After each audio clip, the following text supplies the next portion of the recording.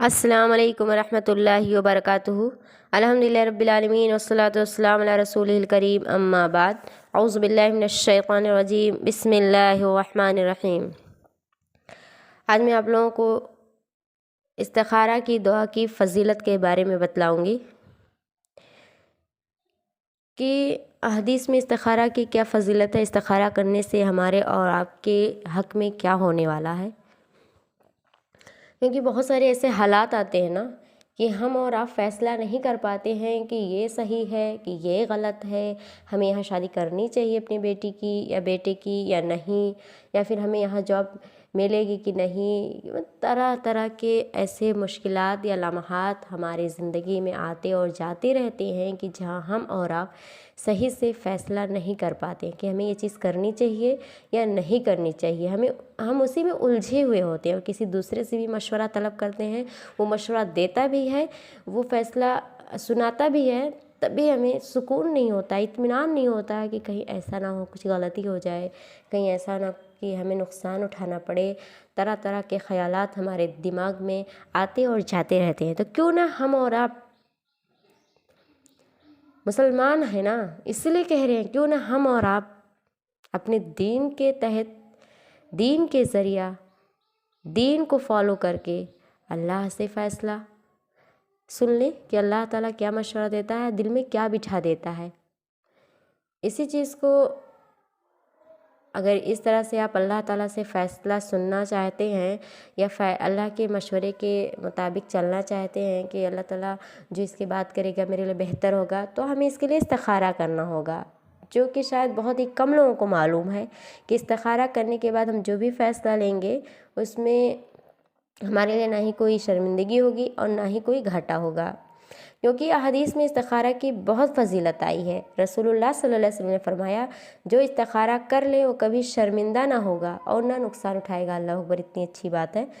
اور دوسرا کیا ہے، استخارہ کرنا نیک نیتی کی علامت ہے اور استخارہ نہ کرنا بدقسمتی کی علامت ہے۔ رسول اللہ صلی اللہ علیہ وسلم نے صحابہ کرام رضی اللہ عنہم کو اسی طرح استخارہ سکھاتے تھے جس طرح قرآن کریم کی صورتیں سکھاتے تھے، یعنی استخارہ بھی اسی طرح سکھاتے تھے آپ جس طرح قرآن کریم کی آیتیں سکھاتے تھے۔ مطلب مختصر استخارہ ہے اللہم اغفر لی واختر لی، اللہم اغفر لی واختر لی۔ اور اصل استخارہ کی ترکیب یہ ہے کہ 2 رکعت نفل نماز پڑھ کر دعائے استخارہ پڑھی جائے اور حاصل امر کی جگہ اس کام کا نام لیا جائے جس کے کرنے کا ارادہ ہو۔ رسول اللہ صلی اللہ علیہ وسلم جب کسی کام کا ارادہ کرتے تو اللہم اغفر لی واغفر لی فرمایا کرتے تھے، اور حضرت انس رضی اللہ عنہ سے آپ صلی اللہ علیہ وسلم نے فرمایا کہ اے انس، جب تم کسی کام کا ارادہ کرو تو اپنے رب سے 7 مرتبہ استخارہ کر لیا کرو، اس کے بعد غور کرو جو بات تمہارے دل میں آئے اس میں بھلائی ہے۔ دعا استخارہ یہ ہے، بسم اللہ الرحمن الرحیم، اللہم انی استخیرک بعلمک واستقدرک بقدرتک واسألک من فضلک العظیم فإنک تقدر ولا اقدر وتعلم ولا عالم انت علام الغیوب اللہم ان کنت تعلم ان هذا الامر خیر لی فی دینی ومعاشی وعاقبت امری فاقدره لی ویسره لی ثم بارک لی فیہ وإن کنت تعلم ان هذا الامر شر لی فی دینی ومعاشی وعاقبت امری فاصرف عنی واصرفنی عنہ واقدر لی الخیر حیث کان ثم ارزنی بہ۔ یہ ہے استخارہ کی دعا۔ جیسا کہ میں نے آپ لوگوں کو بتایا کہ اس کے پڑھنے کے بعد جو آپ کے دل میں آئے گی، جو چیز آئے گی، جو فیصلہ اس کے بعد آپ لیں گے وہ انشاءاللہ آپ کے لیے خیر ہی ہوگا، یعنی اس کے بعد آپ کو کوئی نقصان نہیں ہوگا۔ تو کیوں نہ ہم اور آپ دین کو فالو کر کے یعنی اللہ تعالیٰ سے مشورہ طلب کریں، اللہ تعالیٰ اس دعا کے پڑھنے کے بعد جو ہمارے دل میں بیٹھا دے اس کام کو انجام دیں تاکہ ہمیں اور آپ کو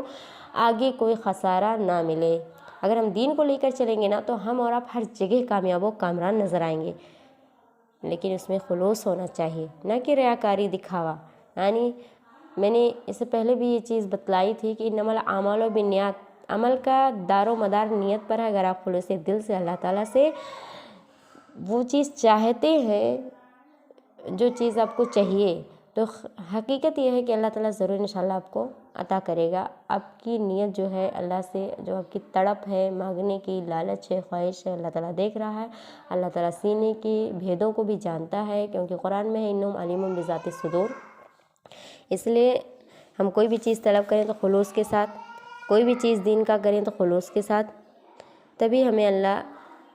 کامیاب کرے گا انشاءاللہ تعالیٰ۔ میں امید کرتی ہوں کہ جس طرح میں نے استخارہ کی دعائیں آپ لوگوں کو سکھلائی اور بتلائی ہے، انشاءاللہ اسی طرح آج سے آپ کو کوئی فیصلہ کرنا ہوگا اپنی بیٹی کی شادی کے لیے، بیٹے کی شادی یا کوئی تجارت کے لیے، اور کوئی اور اہم کام ہے جس میں آپ کشمکش میں پڑے ہوئے ہیں، فیصلہ نہیں لے پا رہے ہیں، تو استخارہ کر کے آپ انشاءاللہ فیصلہ لیں گے، جس سے آپ کو نہ کوئی خسارہ ہوگا اور نہ ہی کوئی تکلیف ہوگی انشاءاللہ تعالیٰ۔ السلام علیکم ورحمۃ اللہ وبرکاتہ۔